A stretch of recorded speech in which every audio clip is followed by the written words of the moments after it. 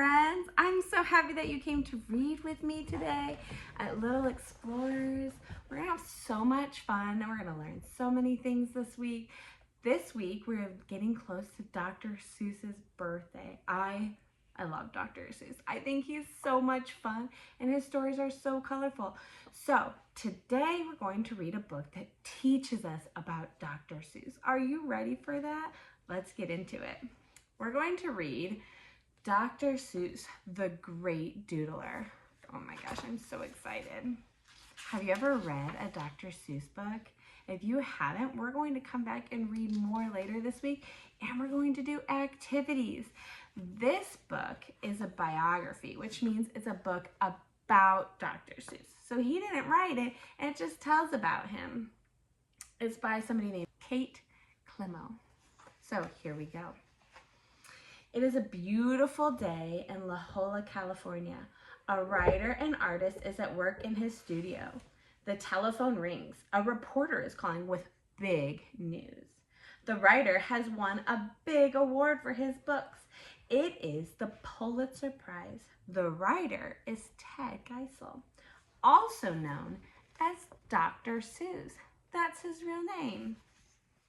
Ted nearly falls off his chair. Is this a joke? Ted loves playing jokes and pranks, but he takes his work seriously. Now the world is doing so too. Not bad for a lifelong doodler. Theodore Ted Geisel was born on March 2nd in 1904 in Springfield, Massachusetts. His mother's name was Henrietta Seuss Geisel. She read to him and his big sister Marnie. She also sang chants. She once used to sell pies in her parents' shop. He later said he got his love of wordplay and reading from his mother. Thanks to his father, Theodore, Ted became interested in machines. His father tinkered in his shop making wacky inventions. One of them was a machine that made arm muscles stronger.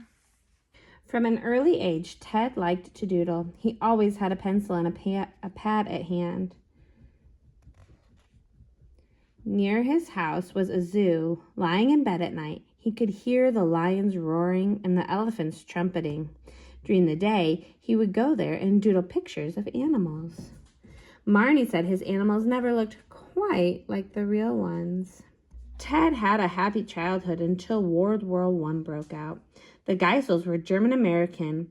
Many other Americans blamed the war on Germany.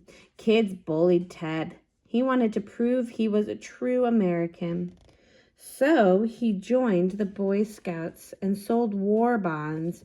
He was one of the top 10 bond sellers. Former President Theodore Roosevelt came to honor the 10 Scouts, but there was a mix-up and no medal for Ted. He was so embarrassed. Ever since that day, he had stage fright. After high school, Ted went to Dartmouth College. He worked on the humor magazine. He drew zany-looking animals with zany names. A BLVGK was a critter with an umbrella tail. Sometimes he signed his drawings with just his middle name, Seuss. I bet you recognize that. Ted went on to study at Oxford University in England. He was bored in the long classes, so he doodled. A fellow American student saw him doodling. "That's a very fine flying cow," said Helen Palmer. "You ought to be an artist." Ted and Helen rode together on a motorcycle. Ted wanted to marry Helen, but how would he earn a living? Back in Springfield, Ted drew tons of cartoons. He sent them to magazines. Signed Dr. Theophratus Seuss. A magazine called the Saturday Evening Post bought some of his cartoons. Ted also got a job at a different magazine. Now he could marry Helen. They moved into an apartment in New York City. He kept doodling. Ted drew a clever cartoon about a bug spray called Flit. The bug spray company loved it and gave him more work. He became an ad man. As he did when he was a kid, he made up zany critters, this time for ads. Years later, zany fish like these would fill his book called McElligot's Pool. Ted wanted to do more with his doodling. A trip by ocean liner inspired him. The ship's engine droned dum-de-dum, dum-de-dum. He started to write to the rhythm of the engine. He wrote a story about the crazy things a boy sees on his way to and from school. When he sent it around town, 27 publishers turned it down. Then he ran into a friend who had just become a children's book editor. Mike McClintock loved the book. The title was, "And to Think That I Saw It on Mulberry Street." It was Dr. Seuss's very first book. Dr. Seuss went on to publish new children's books at a steady rate for the rest of his life. Some of them won awards, like Horton Hatches an Egg, which was a big hit in 1940. The story was silly, but it had a deep message. People loved the elephant who said, "I meant what I said, and I said what I meant." An elephant's faithful 100%.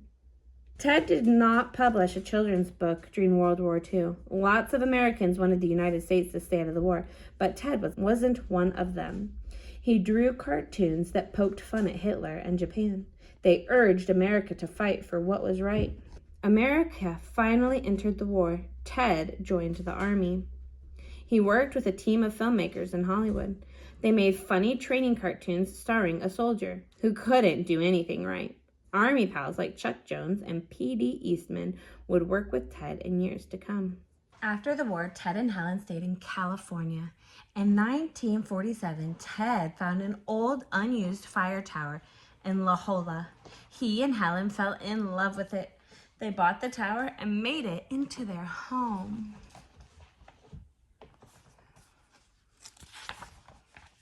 Ted's studio was in the tower. He kept a hat rack there filled with wacky hats. Do you see all those hats? How fun. A fireman's hat from Ecuador, a Turkish fez, and admiral's hats from around the world.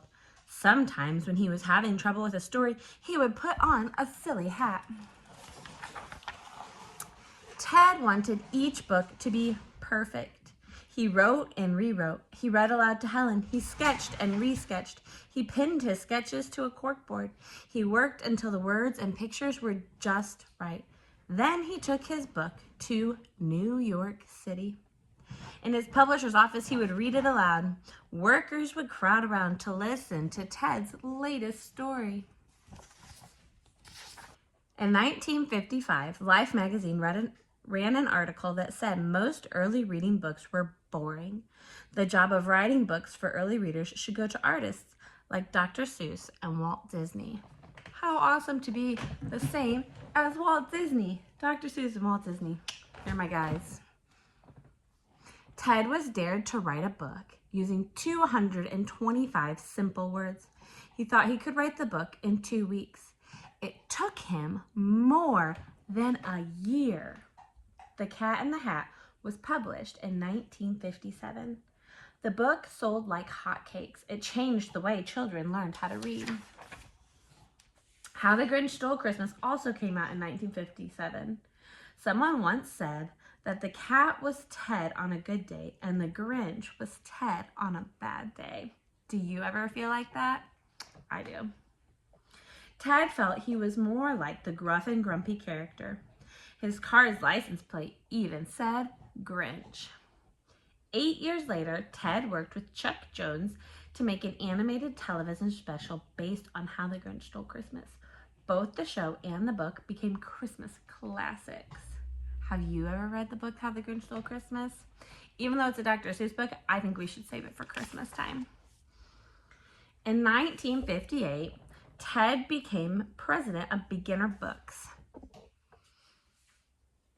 He would publish a line of easy-to-read books like The Cat in the Hat. The office was like a fun house. Ted wrote some of the readers. His wife, Helen, wrote some too.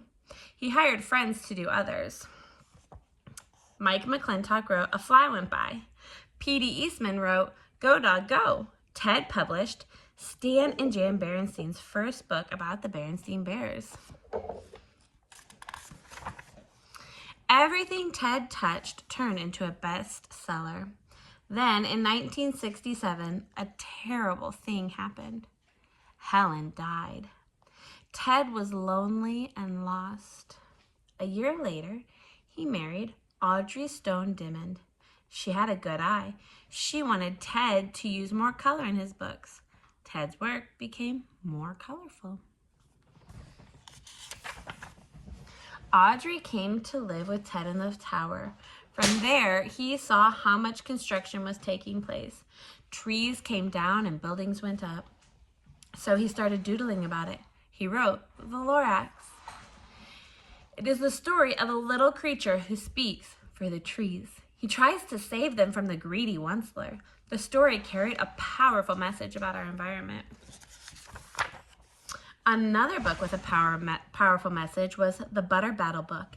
It tells about the Yooks and the Zooks. Their two armies are fighting over which side of the bread to butter. The fight is silly. Their weapons are serious. Will deadly bombs be dropped? The story never says. Some people felt the book was too scary for children, but Ted knew children could handle it.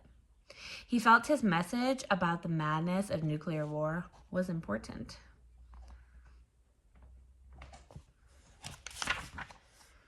Ted was now world famous. For some years, he had been sick with cancer. But there was one more book he needed to write. It was a book of advice about life's ups and downs called Oh, the Places You'll Go. So be sure when you step with care and great tact, and remember that life's a great balancing act. And will you succeed? Yes, you will, indeed. 98 3/4% guaranteed. Kid, you'll move mountains. In a way, these were Ted's parting words. He died on September 24th, 1991. He left behind 44 books that had brought millions of children a great deal of joy. Every spring, on Ted's birthday, people get together. They wear the striped cat hat, and they celebrate the words, the pictures, and the spirit of Dr. Seuss, the Great Doodler. Thank you, friends, so much for coming and hanging out with me for story time today. I hope you loved learning about Dr. Seuss and hearing this biography about him. I hope you learned a little bit about him, and I hope that you plan on tuning back in to hear another Dr. Seuss story, but one by him this time. We're gonna have so much fun reading and exploring and learning about things and books and creating together. And I hope that you bring your grown-up with to help you do these things. I'll see you later.